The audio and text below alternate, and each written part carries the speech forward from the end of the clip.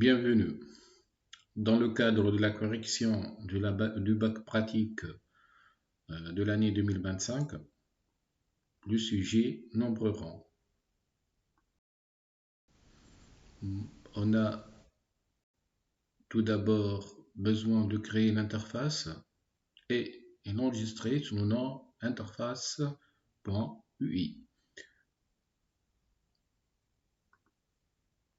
On va nommer les lignes edit A, ensuite B, le bouton OK et le label dans lequel on va mettre le résultat, c'est res.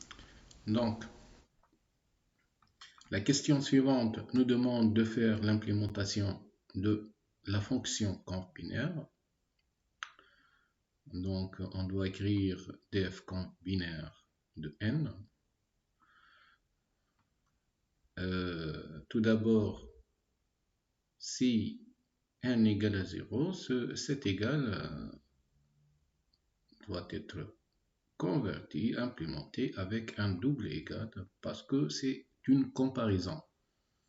Ensuite, n'oubliez pas le else. Après le else, il y a deux points. Le else est dans le même niveau d'indentation avec le if aussi. Ensuite, le mode c'est le pourcentage. Le div c'est 2/. Ensuite, return ch.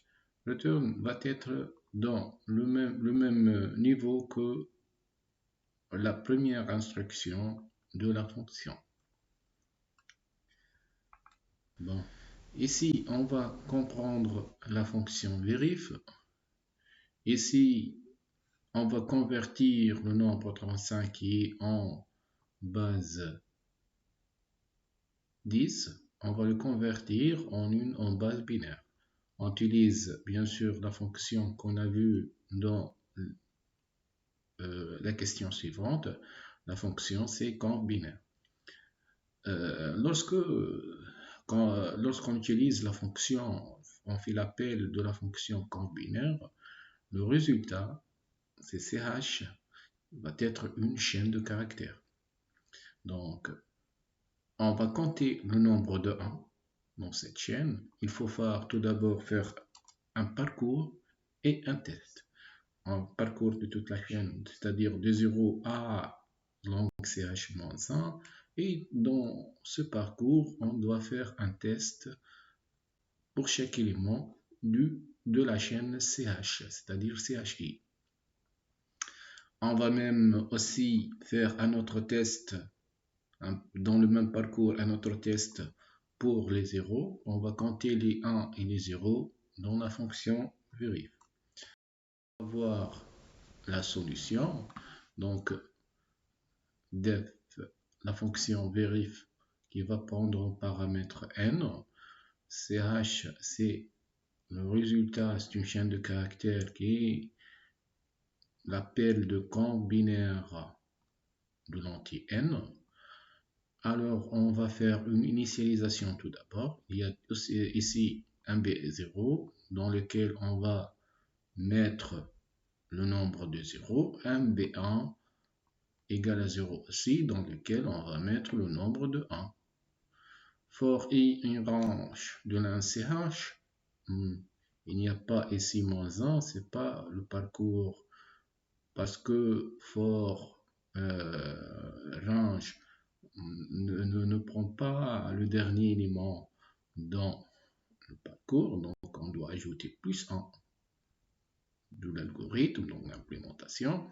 If ch de i égale à 0, donc si le caractère ch de i égale à 0, on va ajouter à un b01, sinon, c'est-à-dire c1, ch de i égale à 1, on va ajouter un b1 égale à un b1 plus 1. Donc, on va retourner l'égalité. S'il y a égalité entre le nombre de 0 et le nombre de 1, on va retourner true. Sinon, on va retourner la question suivante. Alors, on a fait vérif, c'est pour un seul entier, mais on nous demande de développer la fonction en rang A, virgule B pour former une chaîne de caractères contenant le nombre rang de l'intervalle A à B, séparé par le caractère tiré, en utilisant la fonction verif. Donc verif pour un seul entier, I, entre A et B. Donc pour vérifier tous les entiers qui sont entre A et B, il faut un parcours de A jusqu'à B. Ce parcours, qu'on connaît le nombre de fois de répétition, c'est pour, c'est-à-dire for. Ensuite, on va créer la chaîne par concaténation. Chaque élément qui doit vérifier la condition, on doit le concaténer dans la chaîne. Ici, la solution. Tout d'abord, la déclaration de la fonction rang A, B, ch initialisé à la chaîne vide, for i une range de A jusqu'à b plus 1 pour atteindre la dernière valeur cp, if vérif de i, si i vérifie la condition, c'est-à-dire un nombre rang, on va ajouter à ch, on va concaténer à ch i, mais i doit être converti en une chaîne de caractères avec str. Ensuite, entre la valeur et la valeur suivante, on va mettre un tiret. Donc, alors, le dernier élément va être un tiret. Si la chaîne qui est différent de vide, on va éliminer le dernier élément qui va être un tiret qu'on ne veut pas avoir dans notre chaîne, dans notre affichage. Pour ceci, on va affecter à ch la sous-chaîne de 0 à un ch-1, c'est-à-dire on va éliminer le dernier élément, dernier caractère. On va retourner ch.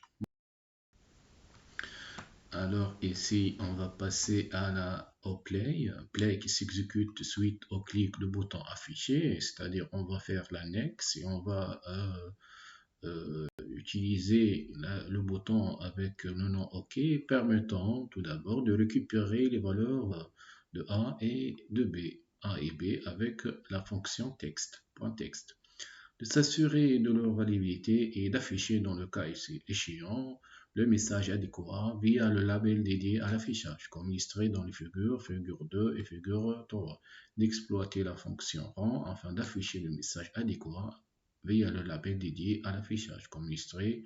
Donc, ce que je vous conseille dans ceci, il y a ici les figures de l'affichage, des captures de l'affichage, le message qui doit être dans votre solution doit être comme l'affichage.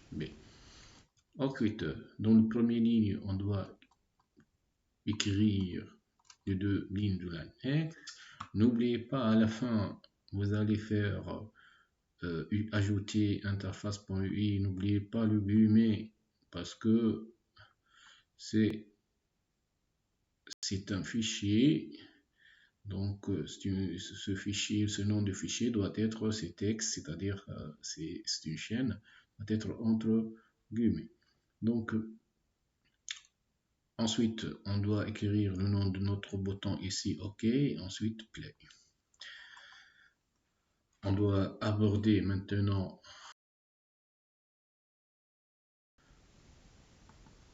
on va attaquer à la fonction Play. Donc, def play. Dans CHA, on va mettre ce qui est écrit dans line edit A. Dans CHB, on va mettre la chaîne CHB. Donc, on va mettre ce qui est écrit dans line edit B. Donc, il est prudent de faire cette condition. If cha.isDecimal and chp.isDecimal pour tester si la chaîne est numérique, A et B sont numériques ou non. Pourquoi? Pour passer à prendre dans A l'entier A de int de CHA et B dans int de CHB. Sinon, une erreur, le programme va donner une erreur, va afficher une erreur. Donc, ensuite, on a dans A l'entier qui est saisi dans line edit A, dans B, l'entier qui est saisi dans line edit B. Maintenant, on va faire les affichages. Le premier affichage, c'est A qui n'est pas entre 10 et 30. If not A entre 10 et 30, c'est-à-dire supérieur ou égal à 10, inférieur ou égal à 30, le message égal A doit être dans 10 30. Maintenant, c'est A dans 10 30 et B qui n'est pas entre A et 99, entre A et 99. Donc, elif note A supérieur, inférieur à B, inférieur ou égal à 99, message B doit être dans plus la concaténation de CH1 ou bien STR de A, CH1, plus la concaténation de la du reste du message. Maintenant, si tout est correct, c'est-à-dire si A entre 10 et 30 et B entre A et 99, on va passer aux deux conditions suivantes. Elif, on a deux conditions. Soit rang AB, c'est-à-dire la chaîne qui contient, donc rang AB va retourner la chaîne qui contient les entiers qui sont rangs entre A et B. Donc, si cette chaîne est vide, on doit mettre dans le message aucun nombre rond. Sinon, c'est-à-dire else, le message va être du nombre rond 100 plus la concaténation de rang AB, c'est-à-dire la chaîne qui contient tous les entiers qui vérifient qu'ils sont rangs. Enfin, à la fin de play, on va afficher donc Windows.res dans le label res.ctexte de message. Donc, le message va être l'une de ces valeurs. Merci de votre attention et à la prochaine.